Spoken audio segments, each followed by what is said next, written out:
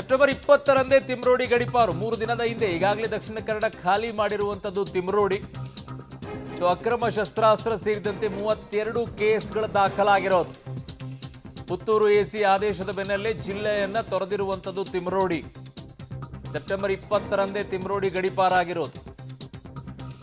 ಉಳಿದವರಿಗೆಲ್ಲ ಎಳ್ತಾ ಕೂತಾ ಇದ್ದಿದ್ದು ಈಗಾಗಲೇ ದಕ್ಷಿಣ ಕನ್ನಡವನ್ನ ಖಾಲಿ ಮಾಡ್ಕೊಂಡು ಹೋಗಿದ್ದಾರೆ. ಹೋಗಿರ್ಬೇಕಾಗಿರುವಂಥದ್ದು ರಾಯಚೂರಿನ ಮಾನ್ವಿ ತಾಲೂಕಿನಲ್ಲಿ ಮಾತ್ರ. ಅಲ್ಲಿಂದ ಆಚೆ ಈಚೆ ಓಡಾಡೋ ಆಗಿಲ್ಲ. ಪುತ್ತೂರು ಎಸಿ ಆದೇಶದ ಬೆನ್ನಲ್ಲೇ ಈಗ ಜಿಲ್ಲೆಯನ್ನ ತೊರೆದಿದ್ದಾರೆ. ಓಕೆ ದೀಪಕ್, ಈಗಾಗಲೇ ಜಿಲ್ಲೆಯನ್ನ ಖಾಲಿ ಮಾಡ್ಕೊಂಡು ಹೋಗಿದಾರಾ? ಅರುಣ್ ಬಡಿಗೇರ್ ಕಳೆದ ಭಾನುವಾರ ಅವರಿಗೆ SIT ಠಾಣೆಗೆ ಮತ್ತು ದಕ್ಷಿಣ ಕನ್ನಡ ಜಿಲ್ಲಾ ಪೊಲೀಸರು ಕೊಟ್ಟಿರುವಂತಹ ಒಂದು ನೋಟಿಸ್ಗೆ ಉತ್ತರ ಕೊಡಬೇಕಾಗಿತ್ತು. ಆದರೆ 1ನೇ ನೋಟಿಸ್ಗೆ ಉತ್ತರ ಕೊಡದಂತಹ ಹಿನ್ನೆಲೆಯಲ್ಲಿ 2ನೇ ನೋಟಿಸನ್ನು ಅಥವಾ 3ನೇ ನೋಟಿಸನ್ನು ಕೊಡೋದಕ್ಕೆ ದಕ್ಷಿಣ ಕನ್ನಡ ಜಿಲ್ಲಾ ಪೊಲೀಸರು ಮುಂದಾಗಿದ್ರು. ಈ ನಡುವೆ ಗಡಿಪಾರು ಆದೇಶ ಕೂಡ ಆಗಿರುವಂಥದ್ದು. ಈ ವಿಚಾರ ಮಹೇಶ್ ಶೆಟ್ಟಿ ತಿಮ್ಮರೋಡಿಗೆ ಗೊತ್ತೇ ಇತ್ತು. ಒಂದಲ್ಲ ಒಂದಿನ ಗಡಿಪಾರು ಆಗೋದೆ. ಯಾವ ಅವಧಿ ಯಾವ ಊರು ಅನ್ನುವಂಥದ್ದು ಇನ್ನಷ್ಟೇ ಕನ್ಫರ್ಮ್ ಆಗಿರಲಿಲ್ಲ.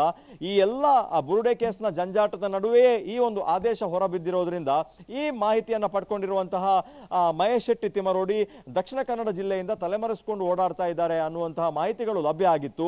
ಪ್ರಮುಖವಾಗಿ ಚರ್ಚೆಯಲ್ಲಿರುವಂತದ್ದು ದಕ್ಷಿಣ ಕನ್ನಡ ಜಿಲ್ಲಾ ಪೊಲೀಸರು ಕೊಟ್ಟಿರುವಂತಹ ನೋಟಿಸ್ಗೆ ಅವರು ಉತ್ತರ ಕೊಡಬೇಕಾಗಿತ್ತು. ಅದಕ್ಕೆ ಬೇಲ್ ಅರ್ಜಿಯನ್ನ ಈಗಾಗಲೇ ಬೆಳ್ತಂಗಡಿ ಕೋರ್ಟ್ನಲ್ಲಿ ಅವರ ಪರ ವಕೀಲರು ಹಾಕಿರುವಂತದ್ದು. ಹಾಗಾಗಿ ಬೇಲ್ ಸಿಗುವವರೆಗೆ ಮಹೇಶ್ ಶೆಟ್ಟಿ ತಿಮ್ಮರೋಡಿ ತಲೆಮರೆಸಿಕೊಳ್ಳುವಂತಹ ಸಾಧ್ಯತೆ ಇದೆ. ಬೇಲ್ ಆದ ಮೇಲೆ ಮತ್ತೆ ಕಾಣಿಸಿಕೊಳ್ತಾರೆ ಅಥವಾ ದಕ್ಷಿಣ ಕನ್ನಡ ಜಿಲ್ಲಾ ಪೊಲೀಸರ ಮುಂದೆ ಬೆಳ್ತಂಗಡಿ ಪೊಲೀಸ್ ಠಾಣೆಗೆ ಬರಬಹುದು ಅನ್ನುವಂತಹ ಲೆಕ್ಕಾಚಾರಗಳನ್ನು ಹಾಕಲಾಗಿತ್ತು. ಆದರೆ ಅದರ ಒಟ್ಟಿಗೆ 2ನೇ ಪ್ರಹಾರ ಎನ್ನುವ ಹಾಗೆ ಗಡಿಪಾರಿನ ಆದೇಶ ಕೂಡ ಆಗಿರೋದು ಅವರಿಗೆ ಖಂಡಿತವಾಗಿ ಗಮನಕ್ಕೆ ಬಂದಿರ್ತದೆ. ಹಾಗಾಗಿ ಅವರು ದಕ್ಷಿಣ ಕನ್ನಡ ಜಿಲ್ಲೆಯಿಂದ ತಲೆಮರೆಸಿಕೊಂಡಿದ್ದಾರೆ ಅನ್ನುವಂಥದ್ದು. ಪ್ರಮುಖವಾಗಿ ಅವರು ರಾಯಚೂರನ್ನ ತಲುಪಿದಾರಾ, ಮಾನ್ವಿಯನ್ನ ತಲುಪಿದಾರಾ ಅನ್ನುವಂತಹ ಮಾಹಿತಿಗಳು ಇನ್ನಷ್ಟೇ ಲಭ್ಯ ಆಗಬೇಕಾಗಿದೆ. ಸದ್ಯದ ಮಟ್ಟಿಗೆ ಅವರು ನೋಟಿಸ್ಗೆ ಉತ್ತರ ಕೊಡೋದಕ್ಕೆ ಮುಂದಾಗಿಲ್ಲ. ಹಾಗಾಗಿ ಈಗಾಗಲೇ ಅವರ ಪರವಾಗಿರುವ ವಕೀಲರು ಈಗಾಗಲೇ ಬೆಳ್ತಂಗಡಿ ಕೋರ್ಟ್ನಲ್ಲಿ ಜಾಮೀನಿಗೆ ಅರ್ಜಿಯನ್ನ ಸಲ್ಲಿಸಿರೋದ್ರಿಂದ ಸದ್ಯಕ್ಕೆ ಅವರು ತಲೆಮರೆಸಿಕೊಂಡಿದ್ದಾರೆ ಅನ್ನುವಂತ ಮಾಹಿತಿಗಳು ಲಭ್ಯ ಆಗ್ತಾ ಇದೆ. ಈ ಪ್ರೊಸೀಜರ್ ಆಗಬೇಕಾದ್ರೆ ಅವರು ಮೊದಲು ಪುತ್ತೂರಿನಲ್ಲಿ ಎಸಿ ಕೋರ್ಟ್ನ ಮುಂದೆ ಹಾಜರಾಗಬೇಕು. ಆ ನಂತರ ಗಡಿಪಾರು ಮಾಡುವಂತಹ ಪ್ರಕ್ರಿಯೆಗಳು ನಡೀತದೆ ಅನ್ನುವಂತ ಮಾಹಿತಿಗಳು ಸದ್ಯಕ್ಕೆ ಲಭ್ಯ ಆಗ್ತಾ ಇದೆ. ಹಾಗಾಗಿ ಈ ಎರಡೂ ಪ್ರೊಸೀಜರ್ಗಳು ಜೊತೆಗೆ ನಡೆದಿರೋದ್ರಿಂದ ಕಾನೂನು ಕುಣಿಕೆಗೆ ಸಿಲುಕುವಂತಹ ಸಾಧ್ಯತೆ ಇದೆ ಅನ್ನುವಂತ ಹಿನ್ನೆಲೆಯಲ್ಲಿ ಮಹೇಶ್ ಶೆಟ್ಟಿ ತಿಮ್ಮರೋಡಿ ಸದ್ಯಕ್ಕೆ ತಲೆಮರೆಸಿಕೊಂಡಿರುವಂತದ್ದು. ಅರುಣ್ ಬಡಿಗೇರ್, ತಿಮ್ಮರೋಡಿ ಬಾಲ ಕಟ್ ಮಾಡಿದೆ ಈಗ ಪುತ್ತೂರು ಎಸಿ. ಅಕ್ಕಪಕ್ಕದ ಜಿಲ್ಲೆಗೆ ಗಡಿಪಾರು ಮಾಡಿದ್ರೆ ಮತ್ತೆ ಅದೇ ಆಟಾಟೋಪವನ್ನ ಮುಂದುವರಿಸ್ತಾರೆ ಅನ್ನೋ ಕಾರಣಕ್ಕೋಸ್ಕರ ರಾಯಚೂರಿಗೆ ಗಡಿಪಾರನ್ನ ಮಾಡಿದ. ಈಗಿರುವಂಥ ಟೆಕ್ನಾಲಜಿಯಲ್ಲಿ ಏನು ಮಾಡೋಕ್ಕಾಗಲ್ಲ. ನಿರಂತರ ಕ್ರಿಮಿನಲ್ ಚಟುವಟಿಕೆಗಳಲ್ಲಿ ಭಾಗಿಯಾಗಿದ್ದಕ್ಕೆ ಗಡಿಪಾರು ಶಿಕ್ಷೆಯನ್ನು ನೀಡಲಾಗಿದೆ.